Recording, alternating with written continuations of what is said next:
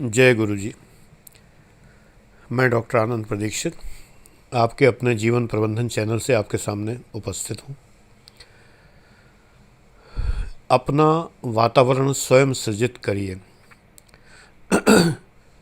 भगवान बुद्ध ने कहा है, आत्म दीपो भव, अपने दीपक स्वयं बनिए। हिंदू धर्मशास्त्रों में कहा गया है, तमसो मां ज्योतिर्गमय, आप अंधेरे से प्रकाश की ओर चलिए।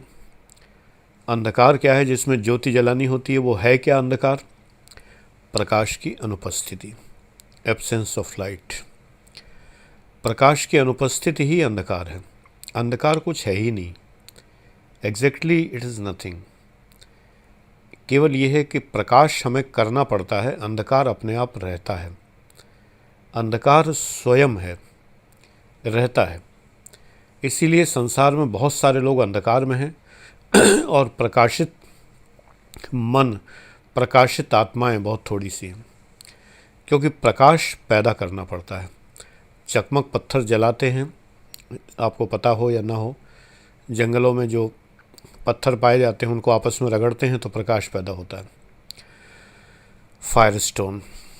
तो जब हम पत्थर जलाते हैं, चकमक पत्थर जलाते हैं तो प्रकाश पैदा होता है। जुगनू के अंदर से प्रकाश निकलता है। ये रसायन दीप्ति है, केमिल्यूमिनेसेंस है, बायोल्यूमिनेसेंस है, तब निकलती है। कुछ ऊर्जा चाहिए होती है प्रकाश निकालने के लिए, वरना अंधकार तो तिमिर तो फैला हुआ है। तिमिर तो चहुओर फैला हुआ है, मनों में, मस्तिष्कों में, संसार में, ब्रह्मांड में। ब्रह्मांड कैसा है? अंतरिक्ष यात्री जाते हैं, कैसा है? काला, ब्लैक। ब्लैक होल है। वाइट होल की तो कल्पना की गई है, जैसे कि एक एंटी यूनिवर्स की कल्पना की गई है, लेकिन ब्लैक होल प्रारंभिक चीज़ है। स्टीफन हॉकिंग्स को पढ़िए। ब्लैक होल ऐसा अंधकार है, कृष्ण विवर है, ऐसा विवर है जिसके अंदर सब कुछ समा जाता है। तो अंधकार चहुओर व्याप्त है, उस अंधकार में हमें प्रकाश पैदा करना पड़ता है, और प्रकाश पैदा करने के लिए प्रयास करना पड़ता है। कभी कभी प्रकाश करने का प्रयास जीवन भर चलता रहता है, प्रकाश पैदा नहीं होता, क्योंकि प्रयास सही ढंग से नहीं हुआ तो प्रकाश कैसे पैदा होगा। आत्म दीपो भव, हाथ में दीपक लेके फ्लोरेंस नाइटिंगेल की तरह चलना है। चित्र देखा होगा आपने, कभी ना देखा हो तो गूगल पर सर्च करके देखिए फ्लोरेंस नाइटिंगेल का लेडी विद द लैंप। कभी कभी हमें प्रकाश लेके चलना पड़ता है, ऐसा प्रकाश लेके चलना पड़ता है जिसकी हमें ज़रूरत नहीं है। एक नेत्रहीन व्यक्ति लालटेन लिए जा रहा था, बहुत पुराना किस्सा है, आपने ज़रूर सुना होगा। लोगों ने कहा कि भाई तू तो नेत्रहीन है, तू प्रकाश के लिए लालटेन लेके क्यों चल रहा है? बोला, ये आप लोगों के लिए कि कहीं मुझसे टकरा ना जाए। तो कभी कभी हमें प्रकाश उत्पन्न करना पड़ता है उनके लिए जो अंधकार में भटक रहे हैं। हमें ज़रूरत नहीं होती है, आवश्यकता ही नहीं है। या तो इसलिए नहीं है कि प्रकाश स्वयं प्रकाशित आत्मा है, इसलिए नहीं है, या इसलिए नहीं है कि मैं प्रकाश का करूँगा क्या, मैं उसको लेके करूँगा क्या। जब इतने निश्चिंत हो गए हों हम और जब इतना अधिक वैराग्य उत्पन्न हो गया हो कि मुझे किसी चीज़ की ज़रूरत नहीं है, मैं मस्त अपने में, अपने अंधकार में मगन, कोई बात नहीं। जब मैं इतना मस्त हो जाऊं, मैं का मतलब मैं या आप कोई भी, तो फिर मुझे प्रकाश की भी ज़रूरत नहीं है, क्योंकि मैंने जो पाना था वो पा लिया। मुझे पाना था परम आनंद, वो परम आनंद मैंने पा लिया। परम आनंद पर मैंने पहले भी कुछ बताया हुआ, उससे हट के बता रहा हूँ। पिछला देख लेंगे तो अच्छा होगा। ब्लिस के ऊपर मैंने कहा हुआ है, हमें अपना वातावरण स्वयं सृजित करना चाहिए। आत्म दीपोभव, हम दीपक जब लेके चलते हैं तो ये हम वातावरण बनाते हैं, एक चारों ओर प्रकाश फैलता है, ये वातावरण का हम निर्माण करते हैं। तो ऐसा ही मुझे और आपको सबको वातावरण निर्माण करना चाहिए। इसमें बहुत पैसे नहीं लगते हैं। अगर आपका बजट अधिक है तो आप अधिक चीज़ें खर्च करते हैं, नहीं है तो आप घबरा जाते हैं कि मैं कैसे करूँगा। एक इंटरेस्टिंग एग्जांपल दूँ। एक बार मेरे स्टूडेंट मुझसे सभी अपनी बातें शेयर करते हैं, सभी तरह की बातें, समस्याएं। कभी कभी मैं डांट भी देता हूँ, मैं कह देता हूँ ऐसी समस्या का समाधान मैं नहीं देता। डांटना पड़ता है, बच्चे हैं, कभी कभी डांटना भी पड़ता है।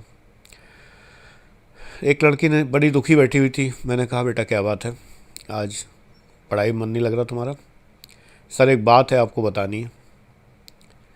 मैंने कहा क्या बतानी है? कि ठीक है मैं आपको फेसबुक पर शेयर करती हूँ। व्हाट्सएप उन दिनों नहीं होता था, फेसबुक के इनबॉक्स में। तो उसने लिखा मुझे, जिस्ट ये है कि वैलेंटाइन डे गुज़र गया था, उसके बॉयफ्रेंड ने उसको एक फ्लावर भी नहीं दिया। मैंने कहा क्यों नहीं दिया? पहली बात तो मैं इस पक्ष में ही नहीं हूँ कि पढ़ते हुए ये सब बनाया जाए, लेकिन चूंकि ब्रिलियंट लड़की थी, रिजल्ट दे रही थी बराबर, एक आवश्यकता कभी कभी बच्चे महसूस करते हैं कि जैसे कि बॉयफ्रेंड अगर नहीं होगा तो सांस कैसे लेंगे, गर्लफ्रेंड नहीं होगी तो सांस कैसे लेंगे। तो यूं ही फॉर द टाइम बीइंग बना लेते हैं। एक होना चाहिए, जैसे पैरों में चप्पल पहनते हैं, जूते पहनते हैं, कोई तुलना नहीं है उसकी। तो मैंने कहा कि क्यों नहीं दिया? कि वो कहता है कि मेरे पास पैसे नहीं हैं, मैं स्वयं अपने मामा घर रहता हूँ और उन्हीं की कृपा पे पलता हूँ। तो मैंने कहा तुम्हें वो क्या आगे चल के सपोर्ट करेगा? कि सर ये तो मुझे भी लगता है, लेकिन अब जो हो गया सो हो गया, वो बॉयफ्रेंड तो मेरा है। तो मैंने कहा कि वैलेंटाइन डे के दिन की गिफ्ट के लिए कोई पैसे थोड़ी लगते हैं। कहने लगी क्यों? मैंने कहा अगर छोटे छोटे बच्चे भी इतनी आर्ट बनाना जानते हैं, एक कागज़ लेता, दूसरे कागज़ को लेकर उससे पंखड़ियाँ काटता, कैंची से फ्लावर बनाता, उस पर चिपका देता, उसके ऊपर थोड़े से पेंसिल या पेन से कुछ कलर्स कर देता, अपने हाथ से लिख के देता तुम्हें, तो शायद ये गिफ्ट तुम्हें हमेशा अच्छी लगती। लेकिन उस लड़के में इमेजिनेशन का अभाव है, कल्पनाशीलता का अभाव है।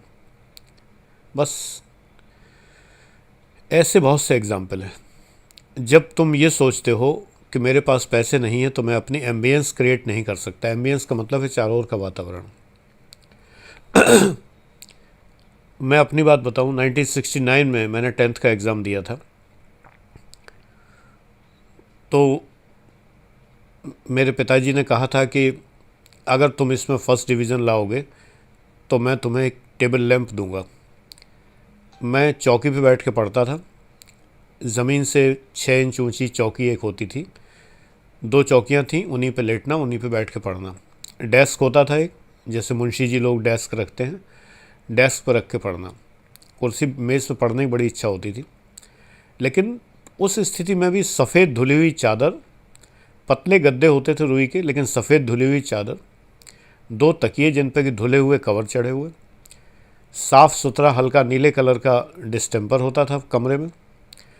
सबसे जो महत्वपूर्ण सजावट मेरे कमरे की है वो थी 9 अलमारियाँ।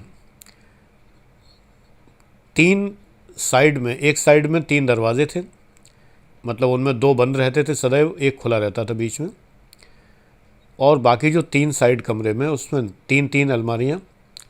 और उन अलमारियों की सबसे बड़ी खूबसूरती ये थी कि उनमें किताबें भरी हुई थी, फुल किताबों से भरी हुई अलमारियाँ।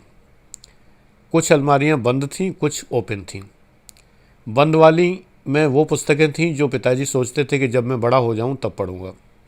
ये सेंसर बोर्ड था मेरे लिए। तो उस कक्ष में बैठ के मैं पढ़ता था। जब बिजली आ गई थी तो उसमें एक पंखा लग गया था, सीलिंग फैन। तो 10th में पिताजी ने फर्स्ट डिवीज़न सोचा था, मैं भी सोचता था कि अच्छे नंबर आएंगे, लेकिन टॉपर्स में नाम आ गया।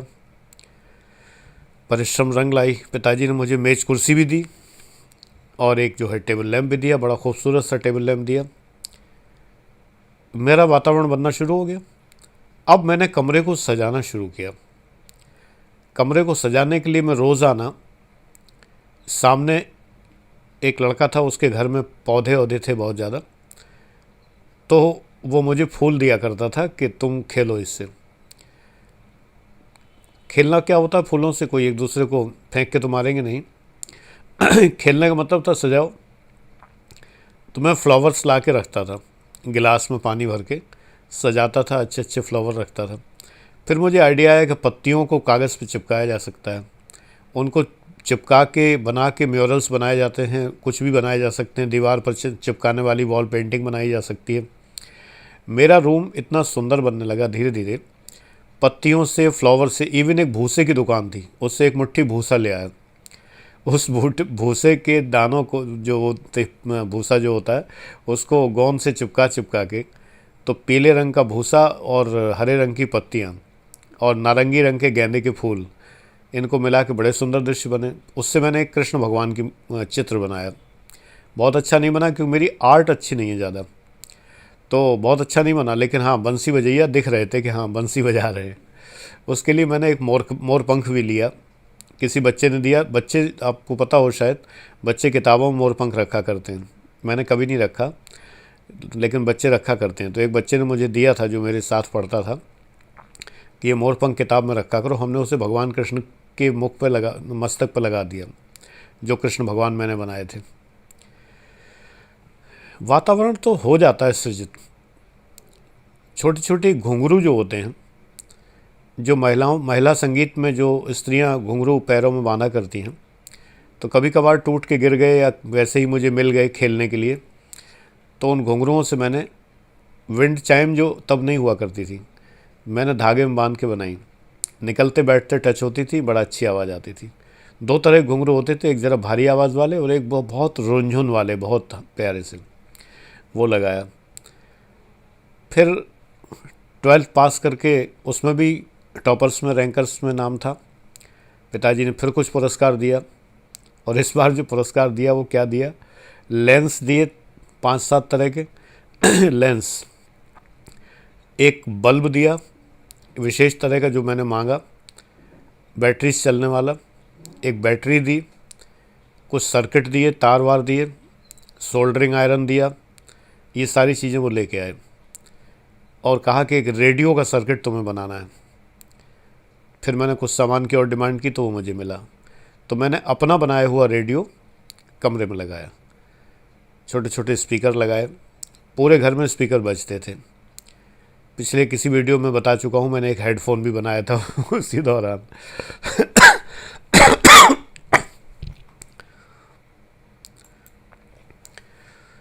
तो ये वीडियो मैंने बनाया उन लोगों के लिए है जिन्होंने मुझसे कहा कि सर, मैं वातावरण तो बनाना चाहता हूँ, लेकिन मेरे पास पैसे नहीं हैं। हमारे पास भी नहीं थे, बहुत थोड़े पैसे थे, लेकिन उतने में हम लोग खुश रहते थे। कारण क्या है, जिस घर में पति पत्नी में संबंध बढ़िया होते हैं, कहा तो यही जाता था पत्नी आज्ञाकारिणी हो। मेरी माँ तो आज्ञाकारिणी थी। पिताजी तो कभी कभी दुर्वासा ऋषि की भांति क्रोध करते थे, लेकिन माँ आज्ञाकारिणी थी। आजकल आज्ञाकारिणी शब्द तो कहा ही नहीं जा सकता है, ये तो पाप है, गुनाह है, तो इसलिए आज्ञाकारिणी नहीं कहता। लेकिन परिवार में कहीं ना कहीं किसी की तो चलनी चाहिए, ऐसा तो होना चाहिए। परिवार में कलह नहीं होता अगर एक पक्ष सरेंडर कर दे। मुझे तो आजकल पति ही सरेंडर करते दिखाई देते हैं चारों ओर। चलो, शांति तो है, कम से कम शांति के वातावरण में सब कुछ सही होता है। रुपए पैसे कीमत नहीं रखते। सिंपल ज़मीन में दरी बिछाकर बैठकर, और दरी बिछाकर उस पर एक साधारण सी चादर डालकर और उस पर बैठकर चाय पीने का और भुने हुए पापड़ खाने का जो आनंद है, वो बड़े से बड़े रेस्टोरेंट में 5 स्टार में जाके भोजन करने का नहीं है। मैं उसी परिस्थिति से 5 स्टार तक भी पहुंचा, 5 स्टार होटल के मालिक मेरे आगे खड़े रहते थे कि सर आज चलिए, मैं नहीं गया। डिपार्टमेंट पूरा गया था एक बार, तो मुझे भी जाना पड़ा। तब मैंने मुगल शेराटन आगरा का देखा, आगरा अशोक देखा, दिल्ली के होटल्स देखे, गाज़ियाबाद के देखे, वरना मुझे शौक़ नहीं। जो आनंद मुझे अपने हाथ से बनाई हुई कॉफ़ी में था, इलाहाबाद में मैं अकेला रहता था, अपने हाथ से कॉफ़ी बनाता था, उसमें जो आनंद था, और मेरी सिस्टर के बनाए हुए पराठे और जो अचार से खाने में आनंद था, वो किसी भी 5 स्टार होटल के भोजन में नहीं आ सकता। देखो, पैसा महत्वपूर्ण नहीं है। आप लोग गलत फहमी में हैं। आप लोग सोचते हैं कि बहुत पैसे होंगे तो मैं ये करूँगा वो करूँगा। क्या मैं हमेशा से एसी में बैठता रहा? क्या मैं हमेशा से गाड़ियों में चलता रहा? बसों में खूब चला हूँ। भरथना से लखनऊ तक की जो बस जाती थी, जब जात का महीना होता था, जब जात का महीना मतलब जो नवरात्रि वगैरह या कुछ महीने होते हैं जहाँ पर बच्चों, छोटे बच्चों को मुंडन वगैरह कराया जाता है, लखनऊ में, इटावा में, लखनऊ एक जगह है, इतनी भीड़ होती थी कि मैं ये बता नहीं सकता कि कैसे गला चौक हो जाता था भीड़ में। खड़े खड़े जाना, 11 किलोमीटर कॉलेज था मेरा, खड़े खड़े जाना। जब डिग्री कॉलेज में पढ़ाता था तो 45 किलोमीटर दूर 2 बसें बदल के जाना पड़ता था। बीच में एक नाव भी पड़ती थी, 3 बसें बदल के, और नाव, नदी नाव वाला किस्सा भी था।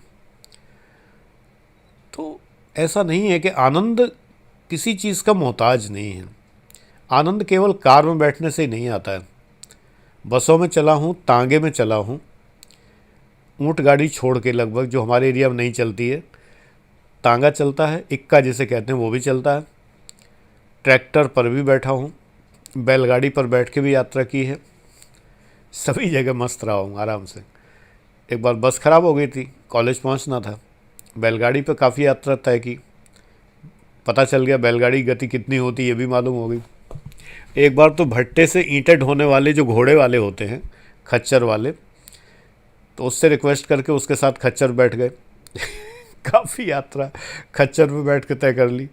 तो बात ये ना, सब अनुभव हो गए। इंसान को डाउन टू अर्थ होने में कोई बुराई नहीं है। आप किसी भी परिस्थिति में मस्त रह सकते हैं। यही कारण ये है कि सुख दुखे समय कृत्वा लाभा लाभो जया जयो। 5 स्टार में कॉफ़ी पी ली तो फ़र्क नहीं पड़ता है,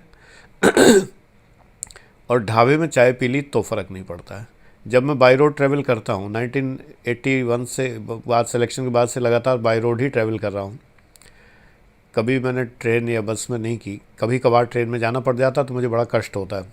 ट्रेन की वजह से नहीं, कष्ट इसलिए होता है कि कार को कहीं भी रोक सकते हैं, कहीं भी जा सकते हैं। डायबिटीज़ है, कभी भोजन की ज़रूरत पड़ जाती है, कभी कुछ है। ट्रेन में हर समय हर चीज़ नहीं मिल पाती है, वरना कोई तकलीफ़ नहीं है। तो बाई रोड चलने में कई बार ड्राइवर्स का वही कहीं चाय के लिए रोकना, तो चलता जा रहा है। मैंने कहा भाई तुमसे कितने बार कहा कि चाय के लिए रोको कहीं, कि साहब ढाबे आ रहे हैं, हम सोच रहे हैं कोई अच्छा होटल आपके स्टैंडर्ड का मिले। मैंने कहा सब मेरे स्टैंडर्ड का है, तुम बिल्कुल एक छोटी छोटी चाय की दुकान पर रोक दो, कहीं भी रोक दो, मुझे कोई समस्या नहीं है। तो उसे बड़ा आश्चर्य होता था कि सर कह रहे हैं कि हाँ। हमने कहा ये ढाबों पे चाय हमने बहुत पी है, सरकारी नौकरी में बहुत पी है, तो पर्सनल जर्नी में चाय पीने में कौन सी दिक्कत है। ढाबे पे चाय के साथ गाजियाबाद एरिया में फ़ैन एक चीज़ मिला करती है, फ़ैन, उसको फ़ैन कहते हैं। एक बिस्कुट नुमा चीज़ होती है कुछ, और जो पपड़ी जैसी होती है। जब रोड चेकिंग की है तो बहुत बार चाय पी और फ़ैन खाई है, और कुछ क्या कर सकते हैं, उसमें आनंद लिया है, कोई दिक्कत थोड़ी है। कभी कभी मैंने एक फ़ोटो डाली थी फेसबुक पर, तो तुम बच्चों ने, किसी ने कहा था कि सादा जीवन, तो मैंने कहा भी था कि नहीं, जीवन सादा नहीं प्राकृतिक कहिए। सादा का मतलब तो होता है कि मैं हमेशा सादा रहता हूँ, जब जैसा है तब है। एयर कंडीशन है तो एयर कंडीशन में बैठा हूँ, शताब्दी में चलना है तो शताब्दी में चलना है, कभी लोकल में चलना पड़ जाए तो वो चलना पड़ जाए। अब चूँकि स्वास्थ्य के कारण दिक्कत होती है तो बात अलग है, वरना आपको ऐसा रखना चाहिए। देखिए, जीवन का ब्लिस अगर आपको पाना है, जीवन का आनंद, तो अगर आपको भूमि शयन करना है तो आनंद लीजिए, और मोटे गद्दों पर शयन करना है तो आनंद लीजिए। एक्चुअली बताएं, आपको ये वीडियो मैं ये बताने के लिए बना रहा हूँ कि आनंद की बात ही नहीं है, कष्ट की बात ही नहीं है। ज़मीन में लेटने में कष्ट या मोटे गद्दे पर आनंद, इसकी तो बात ही नहीं है। कुल मिला के ये सोना है, नींद आ रही है तो कैसे सोना है, चाहे जैसे सोना है। कुर्सी बैठ के सो सकते हैं, ऐसी कुर्सी है तो सो सकते हैं। मैं विजयनगर चेक पोस्ट पर लकड़ी की कुर्सी पर सोया हूँ। लकड़ी कुर्सी मिला करती थी, सिंपली लकड़ी की मेज़ें पड़ी हुई, लकड़ी कुर्सी पड़ी हुई, जिसमें ना कोई गद्दी ना कुछ, उसी बैठ के सो गया, सर टिकाया सो गया। जब बहुत भीड़ काएँ होती थी, बहुत ज़्यादा चारों ओर शोर शराबा, तो अपनी कार स्टार्ट की, एसी चलाया और इस एक्सीलरेटर पे थोड़ा सा अद्धा रखा है एक ईंट का और लेट के सो गया। लेविश लाइफ हो तो भी ठीक, नहीं लेविश है तो भी ठीक, मस्त रहो, कुछ लेना न देना, मगन रहना। तो सिंपल लाइफ नहीं, मैंने हमेशा कहा है high thinking and high living. High living का मेरा मतलब सिर्फ ये होता है कि हाई लिविंग का मतलब थॉट्स आपके इतने हाई हों कि आप थॉट्स में खोए रहें, और जब आप थॉट्स में खोए होते हैं तो आपको भौतिक परिस्थितियां नहीं सताती। हर्ज़बर्ग एक मनोवैज्ञानिक हुए हैं जिन्होंने एक 2 फैक्टर थ्योरी बताई है, द्विघटक सिद्धांत। इसमें पहला घटक जो होता है वो होता है हाइजीन फैक्टर। कुछ लोग इसी की शिकायत करते रहते हैं कि मेरी कुर्सी बड़ी ख़राब है, मेरे ऊपर का पंखा आवाज़ करता है, पीने का पानी ठंडा नहीं है, ऐसी दिक्कत वो दिक्कत ये दिक्कत। शिकायती लहजा होता है उनका। शिकायत चित्त को विराम दें। हमारे परम प्रिय विजय शंकर मेहता जी अपने वीडियोस में बोलते हैं भागवत कथा में कि शिकायती चित्त को विराम दें। मुझे उनकी बड़ी अच्छी बात लगती है। हर बात पर शिकायत करना उचित नहीं है। तो ये शिकायती चित्त है, जैसा है तैसा ठीक। तो ये हाई लिविंग है। हाई लिविंग का मतलब ही नहीं, अगर हाई लिविंग होती, अगर मैं सोचता हाई लिविंग जैसा तुम बच्चे सोचते हो, तो फिर मुझे तो गाड़ियों के नाम भी नहीं पता है कि तो मैं बहुत बड़ी बड़ी एसयू वगैरह में चल रहा होता। डिपार्टमेंट ऐसा है, कमी तो कुछ है नहीं, जिधर हाथ डाल दो चाहे जितना कमा लो, कोई कमी तो है नहीं। लेकिन जब इच्छा ही नहीं तो कमाने की ज़रूरत क्या है, घूसखोरी की ज़रूरत क्या है। अगर इच्छा पैदा होती तो भैया सैलरी से तो नहीं कमा सकते आप, एसयूवी ले नहीं सकते। सैलरी से तो वही कर सकते हैं जो नैनो खड़ी हुई है मेरे पास। नैनो में चलने वाला कहे मैं हाई लिविंग में बिलीव करता हूँ तो लोग हंसेंगे मेरा बस चलता तो मैं ई रिक्शा में चल देता लेकिन लोग सवारी पूछने लगते, रोकने लगते हाथ दे के, इसलिए नहीं चल सकता। ऑटो में चल लेता। एक ऑटोमेटिक व्हीकल होना चाहिए जिसमें मैं अकेला बैठ सकूं, ज़्यादा से ज़्यादा पत्नी को बिठा सकूं, क्योंकि मैं जब जाऊंगा कहीं तो कभी कभार पत्नी भी साथ में जा सकती हैं। बस इससे ज़्यादा ज़रूरत नहीं, बच्चे अपने अपने व्हीकल्स में। तो मुख्य बात यह है कि हाई लिविंग का मतलब समझिए क्या है। हाई लिविंग का मतलब ये your thought should be high. High का मतलब ये नहीं कि आपके थॉट ऐसे हों कि किसी को इंसान ना समझें, लोगों को कीड़े मकोड़े समझें, ये भी नहीं। हाई लिविंग का मतलब यह है सिंपली कि आप उच्च स्तर के विचारों में निमग्न रहें, डूबे रहें।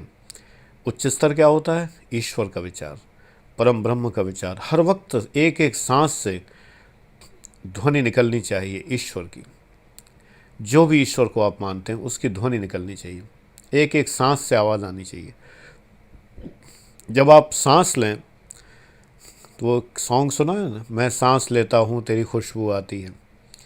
तो जब मैं सांस लेता हूँ तो ईश्वर की खुशबू आनी चाहिए, ब्रह्म का एहसास होना चाहिए, होने लगता है। आज तुम सब बच्चों को ताज्जुब होगा कि मैंने किन सॉन्ग्स में ब्लिस महसूस किया है, ब्रह्म को अनुभव किया है। आप सोचते हो कि कोई शास्त्रीय संगीत होगा, कोई ऐसा संगीत होगा, वैसा संगीत होगा, भक्ति संगीत होगा, कोई रामधुन होगी। नहीं जी, नहीं, बिल्कुल नहीं। हो सकेगा तो लिंक डाल दूंगा इसके नीचे अगर याद रहा। जिस वक्त मैंने 1979 में पहली बार रिकॉर्ड प्लेयर ख़रीदा था, और फ़िलिप्स के रेडियो से जोड़ के मैं उसे सुनता था। तो एलपी रिकॉर्ड होते थे, बड़े बड़े विनाइल कहलाते हैं आजकल। तो वो जो एलपी रिकॉर्ड था इस तरह का होता था। मुझे इतना प्रिय है कि मैं आज भी ये कोस्टर रखता हूँ जो चाय रखने के लिए, ये उसी रिकॉर्ड के शेप के, मतलब ये छोटे छोटे हैं, रिकॉर्ड काफ़ी बड़े होते थे। ये रिकॉर्ड होते थे, दिस वन। वो मैंने ख़रीदा तो 3 डिग्री 3 डायमेंशन, रॉबर्ट डेलगाडो, ये सब मैं सुना करता था। रेगे था, रेगे, दिस इज़ रेगे। मेरे बच्चे छोटे छोटे थे, यही सब सुनते हुए बड़े हुए हैं। तो रॉबर्ट डेलगाडो की मुझे आज यूट्यूब पर मिल गया, मैंने सुनना शुरू किया। मैं तो भीग गया अंदर तक पूरा। सुनते हुए ऐसा महसूस हो रहा था वर्षा हो रही है, जिसमें मेरा रोम रोम भीग गया। मुझे लगा यही तो मेडिटेशन है, यही ध्यान है, यही नाद ब्रह्म है। मैंने जब सुना तो एलिजाबेथन रेगे, शुगर शुगर और तमाम सारे, फिर मैंने दोनों बेटों को भेजा उसका लिंक। मैंने कहा देखो ये नॉस्टैल्जिया मिल गया मुझे एकदम उस ज़माने का, जो जब संगीत मैंने डूबना शुरू किया था। जिस समय मुझे, एक बात मैं बताऊं, मैंने संगीत में जब डूबना शुरू किया है तो वो सब वेस्टर्न म्यूज़िक था सारा।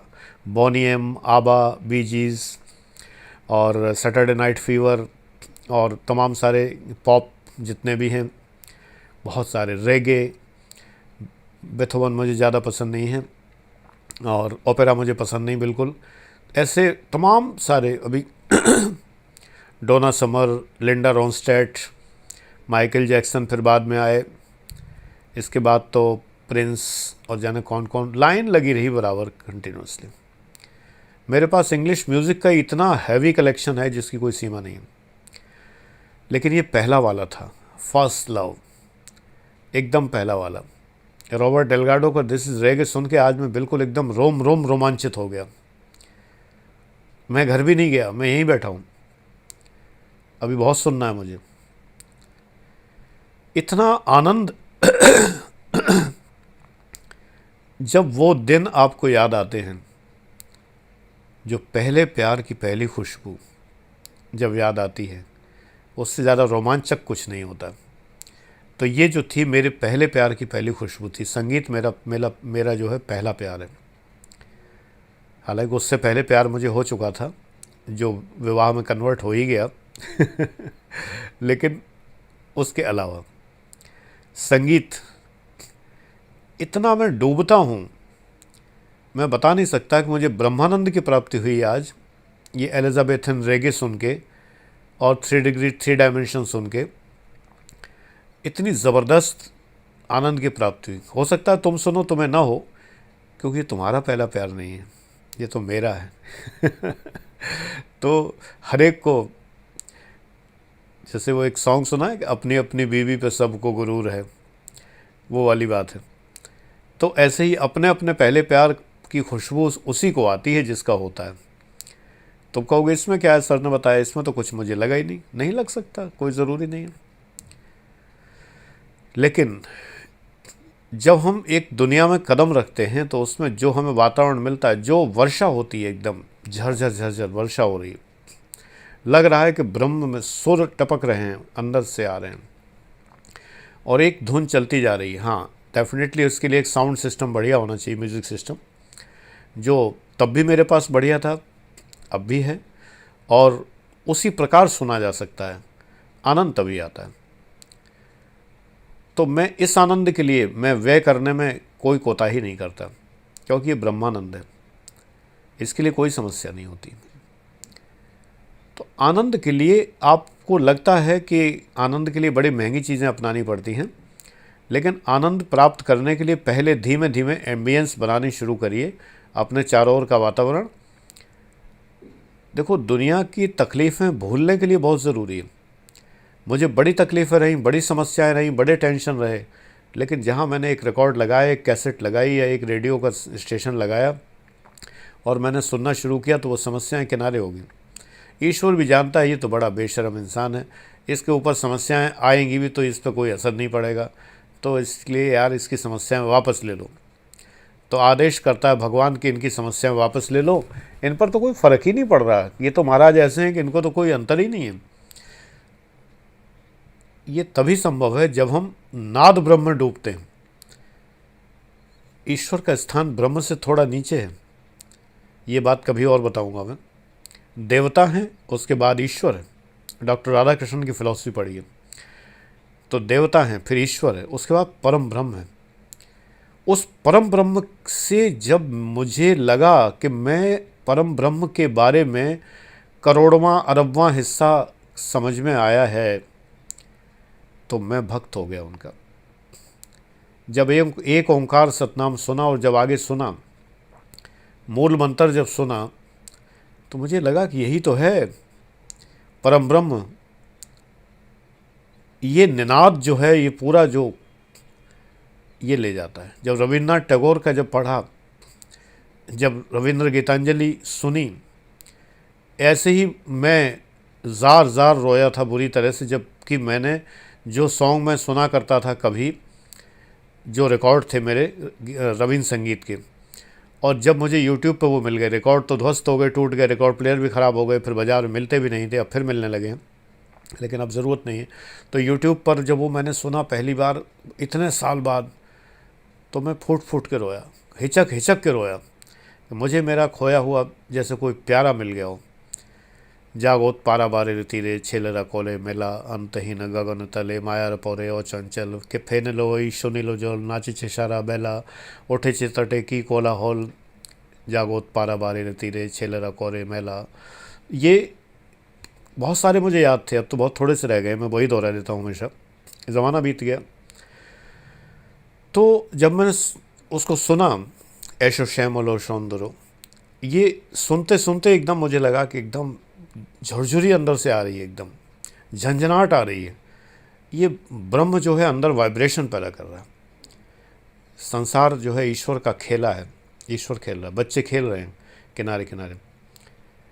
जागो तो आनंद जोगो आमार निमंत्रणो, जगत संसार ये आनंद यज्ञ है, ये इसमें मेरा निमंत्रण है। दादार कीर्ति का एक गाना, अरे इतना ज़बरदस्त। दादार कीर्ति मैंने देखी थी कोलकाता में, मूवी देखी थी मैंने, उसके बाद उसका रिकॉर्ड ले आया था। ज़बरदस्त, मतलब क्या कहूँ, शब्द नहीं है मेरे पास। लाग ले चोखो, जिसको कहते हैं नैन लड़ गए तो लाग ले चोखो, इतना प्यारा गाना है, इतना प्यारा गाना है। ये सब मेरे जीवन में ऐसे रसे बसे हैं, घुले मिले हैं कि बस पूछिए मत। तो आज मैंने ये सुना, तो सुनते सुनते 2 घंटे हो गए, फिर मुझे लगा मैं अपना अनुभव शेयर करूं, फिर उसके बाद अब सुनूंगा। फिर अब इस समय 10:30 बज रहे हैं, और इसके बाद मैं इसके बाद मैं फिर सुनूंगा अभी, लेकिन तेज़ आवाज़ से नहीं सुन सकता, नहीं पड़ोसियों को भी ज़्यादा आनंद आ जाएगा फिर तो हेडफोन लगा के सुनूंगा तो उसी आवाज़ में, पूरी में, मस्ती में, लेकिन हेडफोन लगा के सुनूंगा। अपना एम्बियंस खुद क्रिएट करिए, मस्त रहिए एकदम। यही तो जीवन का आनंद है यार। कुछ नहीं रखा है इस घूसखोरी में, बेईमानी में, दूसरों को सताने में, परेशान करने में। इतना कमाओ खाली कि जितने में आपका आनंद बना रहे। ज़्यादा कमाओगे, ज़्यादा तकलीफ़, फंसोगे, दिक्कतें आएंगी। लोगों को प्रेम करो, नफ़रत ना करो, इग्नोर करो, ठीक है, जो दुष्ट है उन्हें इग्नोर करो, लेकिन प्रेम मन में। और इसके अतिरिक्त और क्या मैंने बताया था, करुणा और उपेक्षा। पिछली वीडियो में कहना भूल गया था मैं। बौद्ध धर्म की 4 बातें कही थी, तो 2 भूल ही गया था, पहले बता चुका हूँ हालांकि। तो करुणा और उपेक्षा भी। करुणा करो कुछ लोगों पर कि बेचारे बहुत निम्न कोटि के लोग हैं, इन पर करुणा ही की जा सकती है, और बाद में उपेक्षा। लेकिन अपना आनंद मत खोने दो। और मुझे बड़ी खुशी है कि मेरे शिष्य भी मेरी बात समझते हैं। तुम लोग खुद ही मुझसे कहते हो कि सर आप परेशान मत होइए दुष्टों के पीछे, ये लोग तो ऐसे ही हैं, ये नहीं वो नहीं। मुझे अच्छा लगता है जब अपने बच्चे बड़े हो जाते हैं तो हमें संभालने लगते हैं, पहले हम उन्हें संभालते हैं। हम, ये तो म्यूचुअल रिश्ता है। हम तुम्हें शिक्षा देते हैं तो वही शिक्षा कभी कभी तुम हमें भी देते हो, अच्छा लगता है। कह रहे सर परेशान मत होइए, ये सब तो ऐसे लोग हैं ही ऐसे अच्छा लगता है। Thank you very much for taking care of me. God bless you. ईश्वर आपको बहुत बहुत कुछ दे और ऐसे संस्कार दे कि आप इस संसार में एक बहुत बेहतरीन इंसान बन पाएँ। जब आप बेहतरीन इंसान बनेंगे तो सब मिल जाएगा, सब कुछ मिल जाएगा।